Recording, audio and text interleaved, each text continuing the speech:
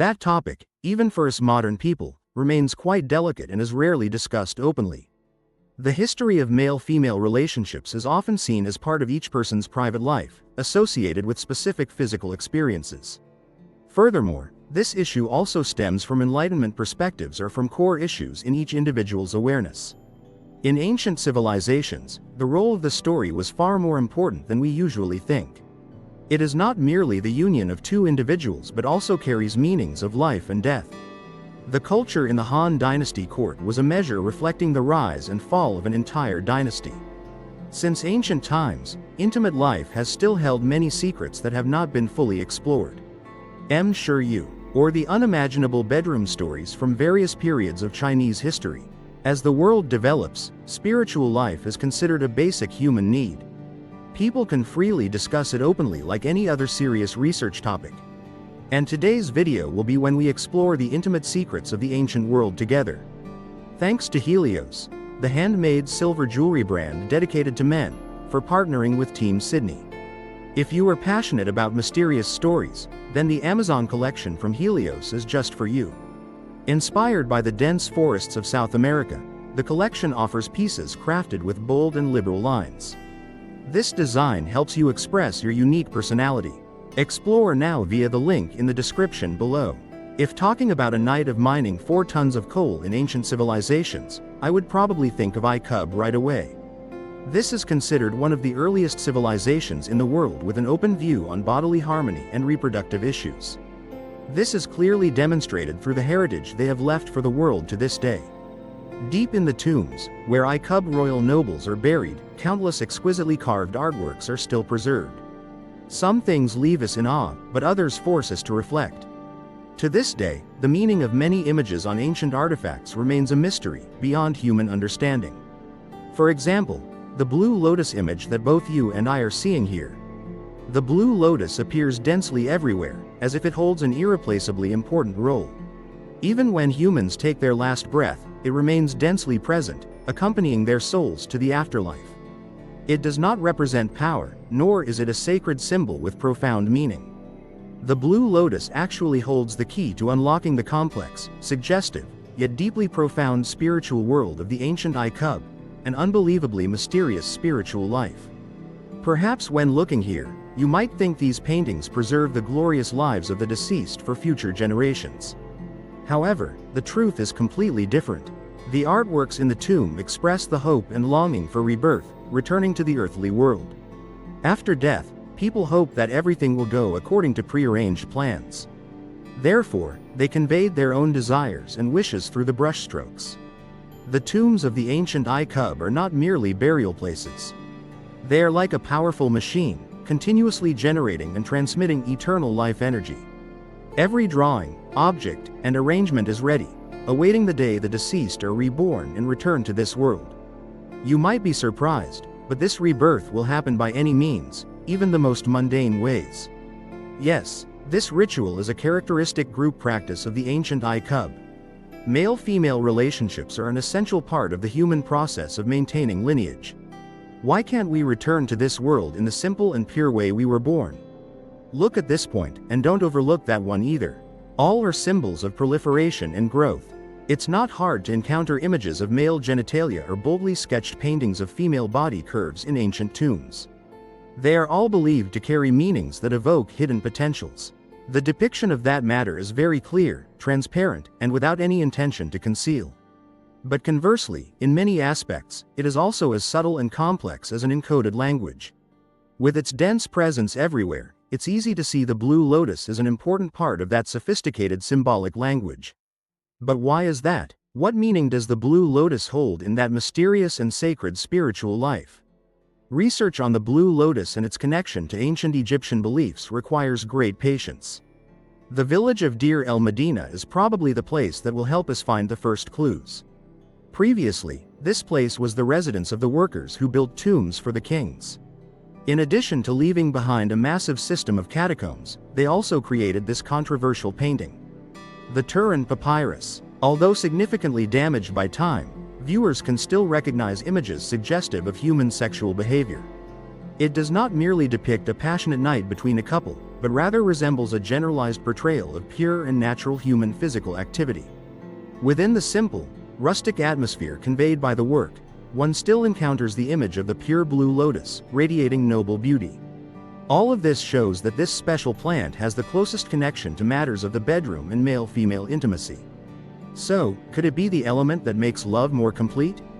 In the blue lotus, scientists have found compounds such as phytosterols, bioflavonoids, and phospho-DHS through various research projects. All of these are active ingredients of Viagra, a drug with powerful effects in the field of modern physiology. You can easily find more information about this drug on the internet. Based on research results, recorded documents, and surviving paintings, it can be confirmed that the blue lotus was the center of elegant banquets in ancient Akkad. Imagine secret meetings or lavish parties of the upper class, where they raised glasses of wine or shared a special drug with ingredients extracted from the blue lotus. A scene so raw and chaotic it is heartbreaking. Perhaps you don't need to imagine, because what I just described actually happened in history. The ancient Akkad people even had an annual wine festival called the Sisi Festival. Commemorating the salvation of the human soul, the ceremony was held with many activities rich in physicality, stimulants, and intense, powerful ancient music. Through the described painting, you will see members of the Blue Lotus tribe, after drinking wine, rushing at each other like beasts without hesitation. The discovery of the physiological effects of the blue lotus is a breakthrough, helping us better understand why this flower appears densely in ancient tombs. And more importantly, to understand the spiritual life of ancient society. Matters between husband and wife have never been simple, from ancient times to now.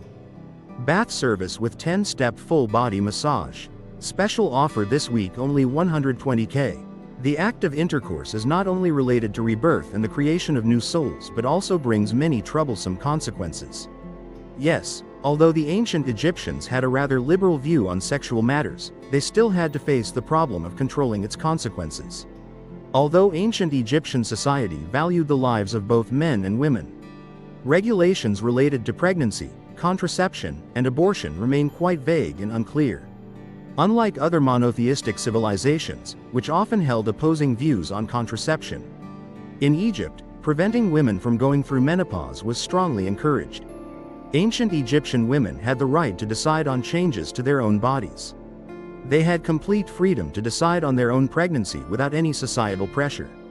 Even when carrying a life within, they still had the right to abandon it if necessary to protect themselves. But in ancient times, how could one tell if a woman was pregnant? With vast knowledge and accumulated practical experience, we are ready to face the majestic Nile. It was not difficult for ancient Egyptians to accurately determine when a woman began pregnancy. With only small-scale experiments, they drew conclusions with fairly high accuracy. Compared to modern scientific and medical standards today, these testing methods are quite simple. However, it causes absolutely no impact on the body. The second option will be implemented as follows. First, they put a little barley and wheat together in a jar. Then pour their urine into it. The jar is sealed and kept like that for the next 3 days. If after 3 days the seeds inside do not sprout, it proves the woman is not pregnant. Conversely, if the seeds inside sprout, it is a sign that the girl is pregnant. Why does this situation occur like that? This rule exists because during pregnancy, the hormone levels in a woman's urine rise abnormally high. This causes the seeds to tend to sprout earlier than normal. With that method alone, ECAP demonstrated profound knowledge in the field of sex and reproduction. And not only pregnancy tests, their contraceptive measures were also highly effective. Withdrawal is considered one of the oldest contraceptive methods, existing since ancient ECAP times and even used before ECAP officially knew about it. However, this rudimentary contraceptive method still carries many risks. Fortunately, it was not the only option. ECAP men used 3 crude condoms made from animal skin as a contraceptive measure. Although its smell was quite unpleasant, the effectiveness was very reliable. Women of that time also proactively chose methods such as inserting a ring or using natural compounds with similar effects before intercourse to avoid unintended pregnancy. The bracelet was typically made from a mixture of crocodile scales, honey, and baking soda, all finely ground. Once mixed together, the blend forms a sticky powder resembling a thin film. With its high acidity, it neutralizes all sperm it contacts, preventing them from penetrating and fertilizing the woman's egg to form a zygote. Besides direct application, there was another method to introduce this mixture into the woman's body. This method involved heating a basin of water containing all the aforementioned ingredients. The girl would sit over the basin, where the heat combined with the chemicals would kill the sperm. Thus, unintended pregnancy was effectively prevented. Other family reconciliation methods included mixing acacia leaves, honey, and herbs. It not only served as contraception but was even used for abortion. But did ancient Egyptians frequently use these contraceptive methods? Clearly, using these methods would make intimacy extremely complicated and artificial. It's hard to accurately predict the frequency of using a 7-year contraceptive launch. But one thing is certain: they always aimed for rational and practical decisions. Even in the worst-case scenario, Fuang had every right to choose. This was fully accepted by Egyptian society, reflecting progress in family culture, marital life, and societal development. Although ancient Egyptian civilization viewed life as sacred, they believed it truly began at the moment a child was born. This thinking formed the core value of the view that the human body is merely the outer shell of a serene soul. It needed to be preserved and maintained until they officially decided on inventory. In summary, the marital and sexual culture of ancient Egyptians was considered relatively comprehensive, with quite liberal views, even somewhat permissive by modern standards. We should learn from their awareness and concepts of handling consequences. Thanks to this progress, Egypt became humanity's first civilization to know family planning and succeed in effective population control. Therefore, not only ancient Egyptians but most ancient cultures saw physical needs as natural and to be fulfilled. A prime example of this open perspective is ancient Roman civilization. After the Roman Empire conquered the world, freedom in love expanded, especially for women. The open communication space somewhat shook the old moral foundations. The Roman people had a very practical view of love, seeing it as primarily physical, closely tied to material factors like money, with little spiritual meaning. They had no concept of pure and innocent love. This stems from the perception that the body is a tool of love, and intercourse is a natural act between men and women. Roman boys and girls in love often proactively dated and had sex based on mutual consent. Where did Romans make love? In closed rooms, fields, corridors, temples, and even arenas. Essentially, they did it very naturally. According to historical records, from its inception, the Roman Empire was immersed in an atmosphere of luxury and debauchery. Everywhere, prostitutes practiced openly, brothels were state-recognized, and voluntary cohabitation was quite common. In the fields, homosexuality was so prevalent that a man and a young boy developing feelings became a fashionable trend. At that time in Rome, everyone from powerful nobles to the destitute felt completely at ease and openly discussed such matters. They could talk in public, during meals, and even in sacred, supremely solemn places like churches or similar sites. Under Emperor Augustus's rule, Rome built more public baths to serve communal bathing needs. In these baths, day or night, it was always crowded. People came to freely gaze at opposite-sex bodies, men and women, even strangers, undressed without shame or embarrassment. Moreover, Romans openly traded slaves without giving them clothing.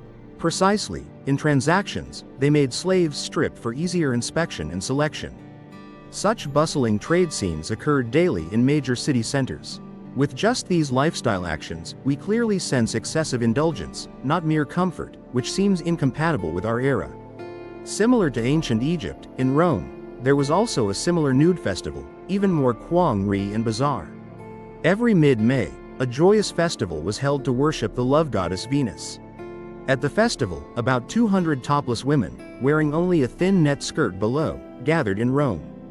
The most anticipated moment was when the girls used ropes to pull down a giant fabric bull, with a model symbolizing men on its back. After retrieving the special item, they carried it into the love temple, where a similar model was arranged by virgins inside. After performing the union ritual in the temple, a grand performance by courtesans took place. On stage, they danced continuously in seductive costumes for hours. Notably, during the festival, wealthy patrons could request courtesan services completely free of charge. This joyous festival continued to be held until the 16th century.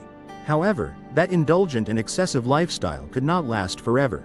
After many years immersed in the vortex of worldly desires, everything completely changed since Emperor Theodosius resolutely began meditating. This is the special emperor who set foot on Christian island. He ordered the arrest of prostitutes working in brothels in Rome, then had them publicly burned alive. According to the Christian island beliefs of that time, a true man never allows others to touch his body. Therefore, this act of prostitution was considered by that emperor as an insult to his own civilization and honor. This was the first time in history that homosexuals were sentenced to death. According to doctrinal documents of this period, the Christian Church also viewed homosexuality as unnatural behavior that must be thoroughly prohibited. Since around the 12th century, the Church began punishing those guilty of that lifestyle with extremely harsh penalties. They could be burned alive, tortured to death, or locked in cages hung high and left to starve to death. However, historical evidence shows many famous figures of that time had homosexual relationships. All classes, from kings and nobles to monks, were represented. Of course, these relationships were concealed with extreme subtlety and care, as no one dared risk their own life. The most effective method of disguise, still widely used today, is to marry a wife. Of course, that woman must know how to endure and maintain her dignity. She willingly accepts a cold marriage for life, just so the husband can freely enjoy his same-sex lovers. However, not only homosexual relationships, but even marital sex needed to be pure. In essence, it was purely an activity for reproduction, completely disallowing any personal enjoyment. Christianity viewed sex as something evil, sinful, and impure. Simply put, a man and a woman only truly loved each other when they became husband and wife. All premarital or extramarital sexual acts were considered serious sins by the Church and carried heavy punishments. This punishment would naturally depend on the specific circumstances and the offenders involved. Punishments could range from several years of hard labor to stoning, brutal torture, or even execution. The Church thoroughly supported strict marriage laws, as they always wanted to ensure that children, the future heirs, were definitely of their own lineage. Among the common people, the enforcement of these laws was often applied more leniently. If a young couple was caught sharing an ice cream at the gate, their punishment would be to marry immediately. As long as they held the wedding ceremony under God's witness, all their previous sins would be fully forgiven. In cases where the couple could not be together, perhaps because one or both already had their own families, then the punishment was only to be confined to a room for self-reflection and a few years of community service. Whether through codes or ancient recording methods, we see that the history of human information transmission is extremely complex.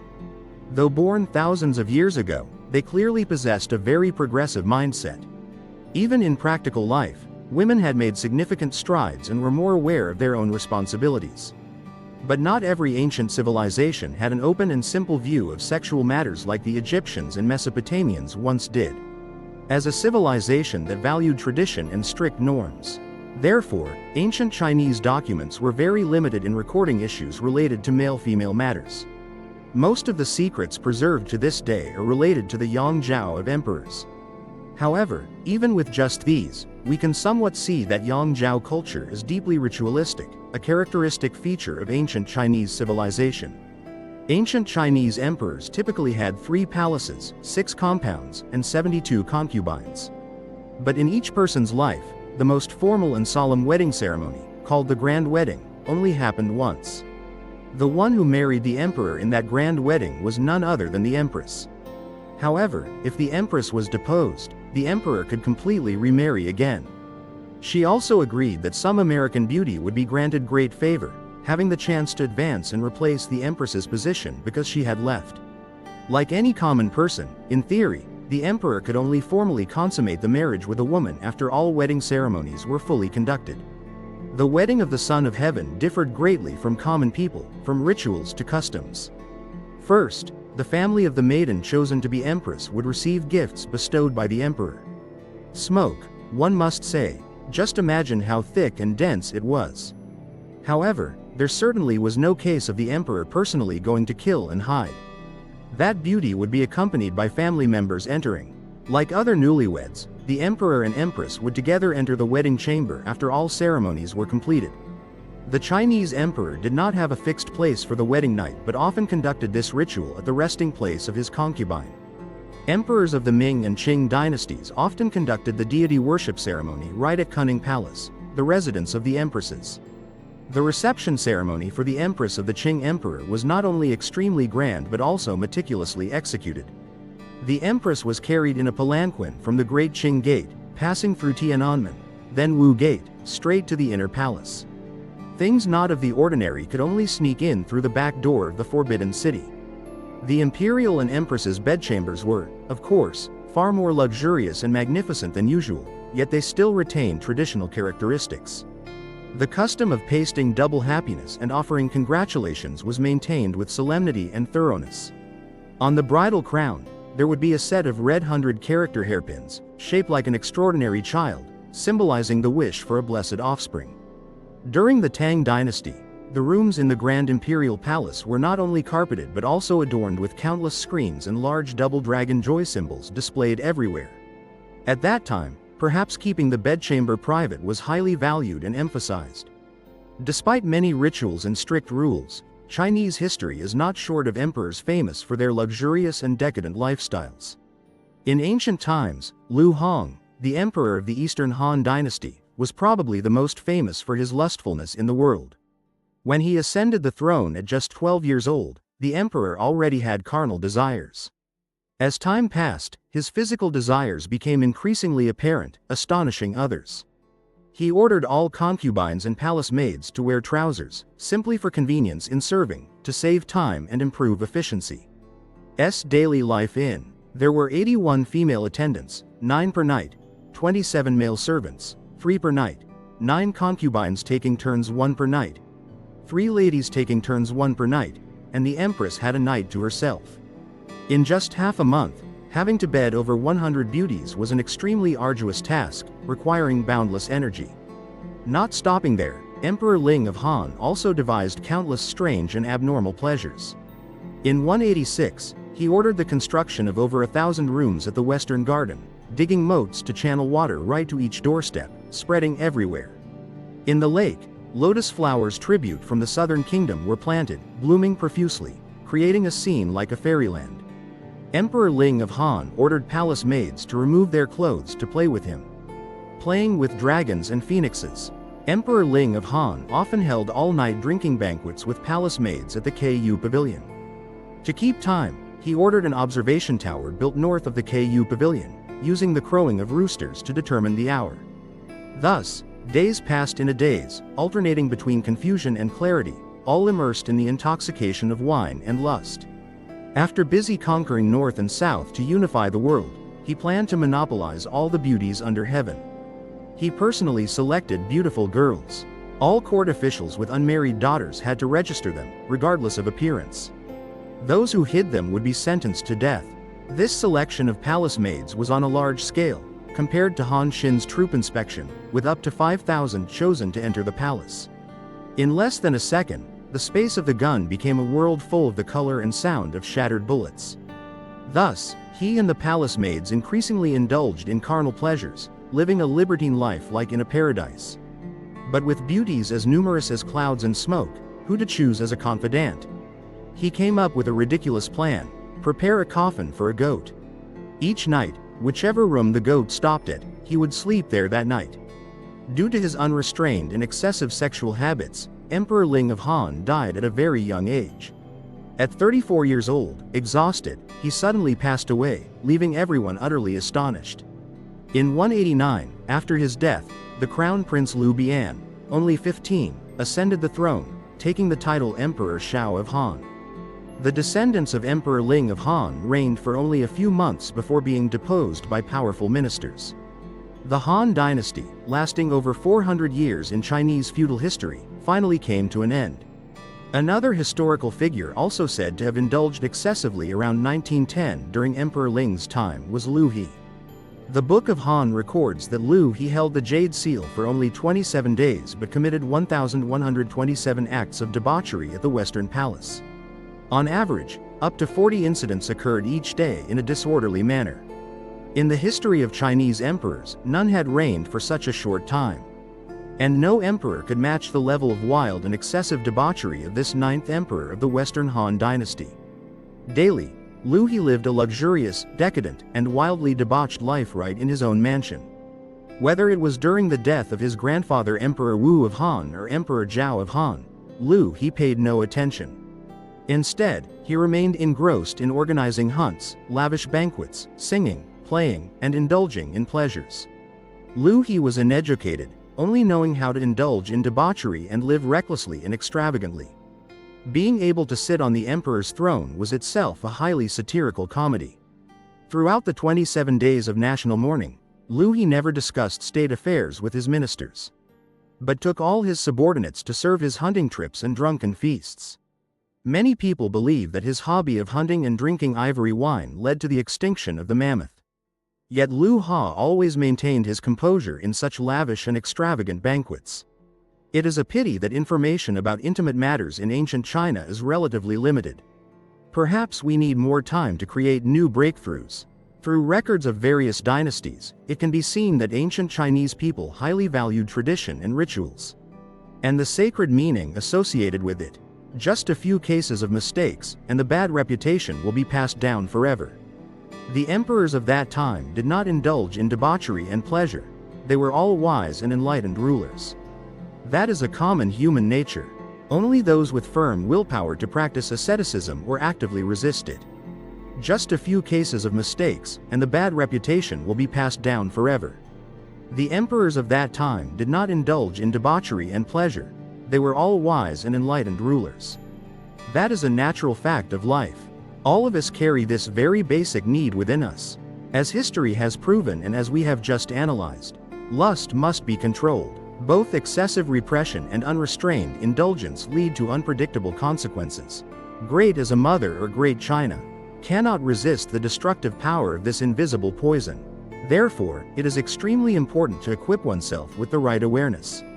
Adequate knowledge about sex is always essential, so that oneself and society can progress and develop further. Today's video ends here. Due to limited time, the video ends here.